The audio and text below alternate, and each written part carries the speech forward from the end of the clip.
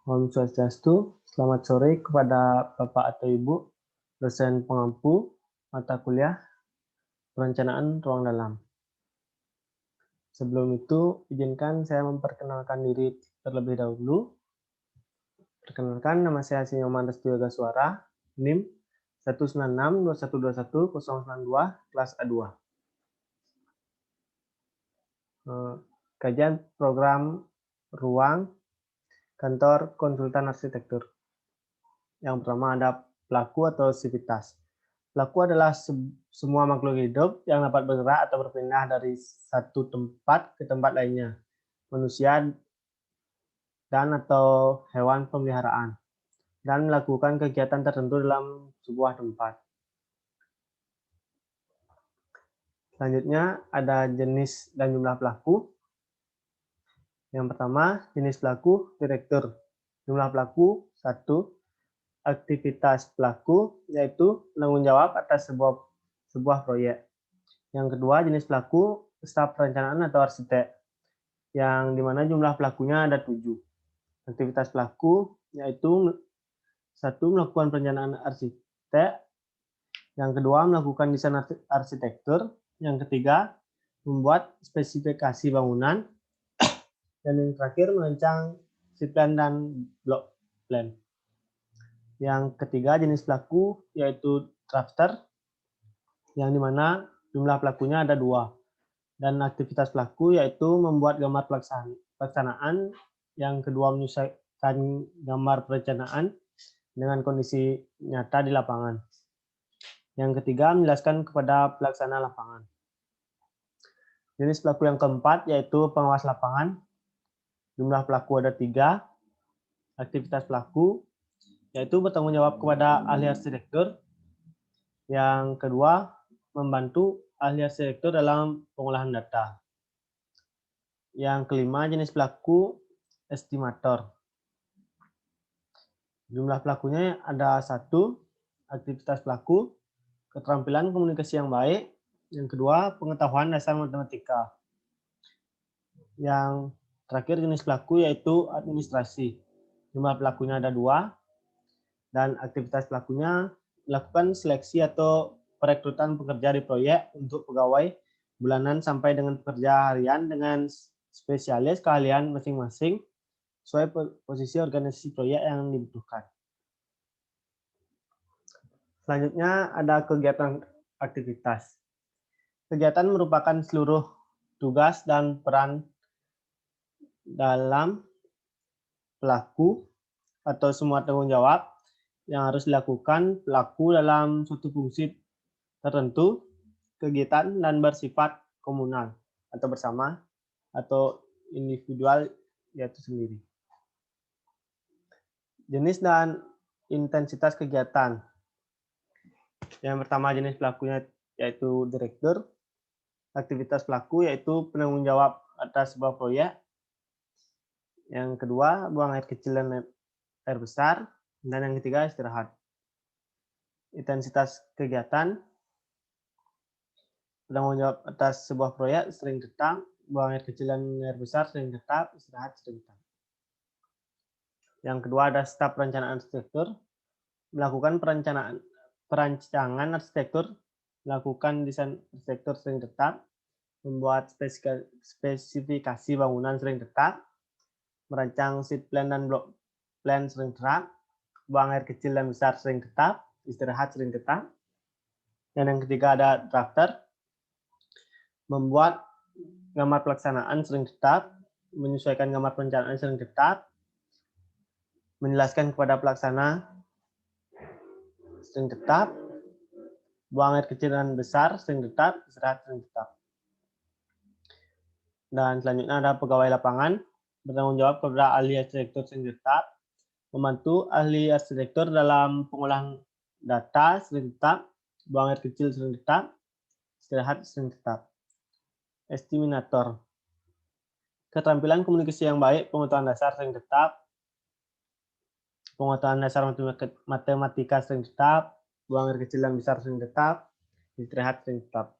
Dan yang terakhir, administrasi, melakukan sebuah seleksi atau perekrutan pekerja di proyek untuk pegawai bulanan sampai dengan pekerja harian dengan spesialis keahlian masing-masing sesuai posisi organisasi proyek yang dibutuhkan sering tetap, buang air kecil dan air besar sering tetap, beristirahat sering tetap. Selanjutnya ada kebutuhan jenis ruang. Yang pertama ada kegiatan utama. Penanggung jawab atas sebuah proyek, kebutuhan ruang, direktur. Jenis ruangnya, semua ruang memiliki satu jenis fungsi untuk semua kebutuhan pada ruang, jumlah ruang 1.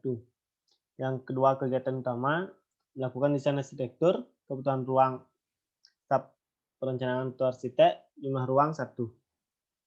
Yang ketiga, membuat gambar pelaksana, yaitu drafter, jumlah ruang 1. Yang keempat, tanggung jawab kepada ahli arsitektur, yaitu pengawas lapangan atau manor, jumlah ruangnya 1. Keterampilan komunikasi yang baik, yaitu estimator, jumlah ruangnya 1. Melakukan seleksi atau perekrutan pekerja, yaitu administrasi, jumlah ruangnya ada 1. Tempat buang air kecil dan besar, kebutuhan ruang, WC atau kamar mandi, jumlah ruang ada 2. Ruang dan presentasi, yaitu ruang meeting, jumlah ruangnya 1. Istirahat, makan, dan minum, kebutuhan ruang, rest area, jumlah ruang ada 1. Menerima tamu, kebutuhan ruang, ruang tamu, jumlah ruang ada 1. Dan selanjutnya ada kajian program ruang, perhitungan jenis ruang, dan besaran ruang. Tujuan, menentukan besaran ruang. Jenis ruang, ruang direktur, kapasitas, pelaku. Jenis ruangnya ada ruang direktur, pelakunya 1 orang, jadi totalnya 1 kali 0,80 cm sama dengan 0,80 cm, yang dimana dimaksud 1 itu adalah 1 orang, 0,80 itu adalah lebarnya manusia. Jenis furniturnya ada 1 meja, 1 kursi, 1 rak berkas. Ukuran furniture mejanya 1 kali 120 kali 0,80 cm sama dengan 0,80. Kursi 1 yang berukuran 0,50 kali 0,50 cm sama dengan 0,25 cm. Rak berkas ada 1 berukuran 1,50 kali 0,50 sama dengan 0,75. Sirkulasinya yaitu 0,80 plus 1,8 kali 40% sama dengan 1,4. Cara menempatkan sirkulasi yaitu total kapasitas pelaku dan total ukuran furniture. Itulah bagaimana cara mendapatkan sirkulasi. Dan cara mendapatkan besaran ruang yaitu jumlah pelaku ditambah total furniture ditambah sirkulasi mendapatkan besaran ruang. Dan begitu selanjutnya.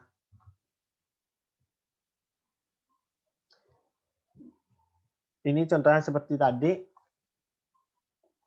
karena presentasinya singkat mungkin, jadi saya menjelaskan yang awal dan cara mendapatkan hasil-hasilnya. Setelah itu ada studi kasus, United Tractor Head Office, penerapan prinsip arsitektur hijau pada bangunan perkantoran di Jakarta. Hal yang melatar belakangi adalah banyaknya perkantoran di Jakarta yang digunakan sebagai fasilitas penunjang perekonomian. Pembangunan perkantoran tersebut ada kalanya tidak merespon iklim dan lingkungan sekitarnya. Permasalahan bagaimana penerapan prinsip-prinsip arsitektur hijau pada bangunan perkantoran.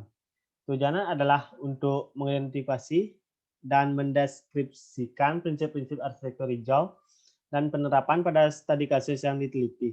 Objek penelitian merupakan 2 perkantoran yang sudah mendapat spesifikasi GBCI, yaitu United Tractor Head Office dan Menara BCA.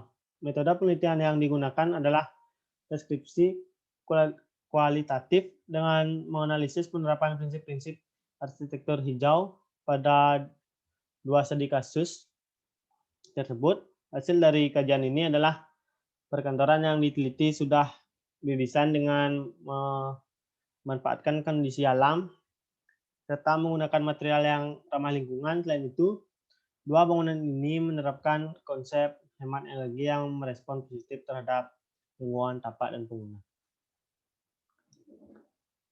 Setelah itu ada kantor konsultan arsitektur. Konsep bangunan ini, saya mengambil konsep back to nature. Tujuan dari konsep ini yaitu menyetarakan dengan keadaan site yang ada dekat dengan pantai dan dikelilingi oleh sebuah pohon yang besar. Maka dari itu, kita mengambil konsep alam, mendesain sesuai fungsi yang terkesan simpel namun tetap memperhatikan estetika dan kenyamanan pengguna.